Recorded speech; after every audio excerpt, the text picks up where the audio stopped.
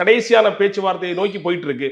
அதனால எங்க தலைவர்களும் சரியா தான் இருக்கிறாங்க. டெல்லியிலும் பேசுறாங்க, தமிழகத்திலும் தலைவர் முதலமைச்சரை சந்திச்சு பேசிட்டு இருக்காங்க. அதனால இன்றைக்கு ஒரு நல்ல முழு வடிவம் பெறும். அதற்கான அறிவிப்பு இன்று அல்லது நாளை கண்டிப்பா வரும் நான் நம்புறோம். ஆனா இதுதான் கூட்டணி, வேற கூட்டணிக்கு போக வாய்ப்பு இல்லை. இளம் தலைவருக்காக ராகுல் காந்தி அவர் வந்து கூட்டணியோட நெருக்கமா இருக்கிறார் அப்படின்னு புரிஞ்சுக்கலாமா? கண்டிப்பா கண்டிப்பா. அதனாலதான் வந்து அண்ணன்ற வார்த்தையை, இந்த சகோதரன்ற வார்த்தையை தவிர்த்தாரா? இல்ல தவிர்க்கல. நீங்க இப்போ நேரடியாக காணும்போது அண்ணான்னு கூப்பிடுறாரு, கட்டி பிடிக்கிறாரு. தொலைதூரத்துல இருந்து கட்டி பிடிக்க முடியாது. ஒரு பதிவை, ஒரு பிறந்தநாள் பதிவை வைத்து சகோதரன் பதியல்ல, இதற்கு முன் சகோதரன் பதிந்திருந்தாருன்னு உள்ள வார்த்தைக்காக மட்டும் நீங்க அதை சந்தேகிக்க தேவையில்லை.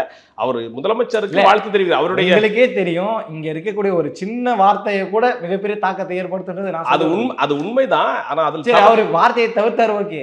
அவர் ட்விட்டர்லயும் இன்ஸ்டாகிராம்லயும் அன்ஃபாலோ பண்ணிட்டாராமே, அது என்ன கதை? அதுல உண்மை இருப்பதாக நான் கருதவில்லை. அந்த உண்மையில வந்து அன்ஃபாலோ பண்ணிட்டாரு, அதிருப்தியே வேற வகையில அதை வெளியே காமிச்சாரு. உண்மைக்கு புறம்பான செய்தியாக தான் நான் பாக்குறேன். அப்படி பண்ணிருக்க வாய்ப்பே இல்லை. ஒரு தலைவர் அப்படி செய்யவே மாட்டார். அதுவும் ராகுல் காந்தி அப்படி எல்லாம் செய்ய மாட்டார். சரி, அப்போ ஓரளவு சுமூகமா தான் இருக்கு, நல்ல சுமூகமா தான் இருக்கு, சந்தோஷமா தான் இருக்காங்க. இன்னொன்னு சொல்றேன், கூட்டணி அமைது இல்லை என்பது வேறு. கூட்டணி அமைந்தாலும் அமையவில்லை என்றாலும் ராகுல் காந்தி அவர்கள் முதல்வர் ஸ்டாலின் அவர்களோடு நெருக்கமாக தான் இருப்பார்.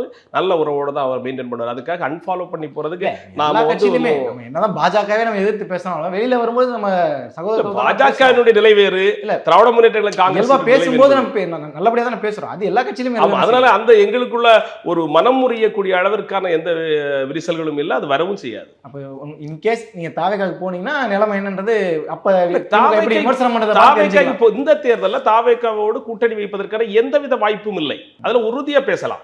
இன்று வரை இல்லை, இன்னும் இல்லை.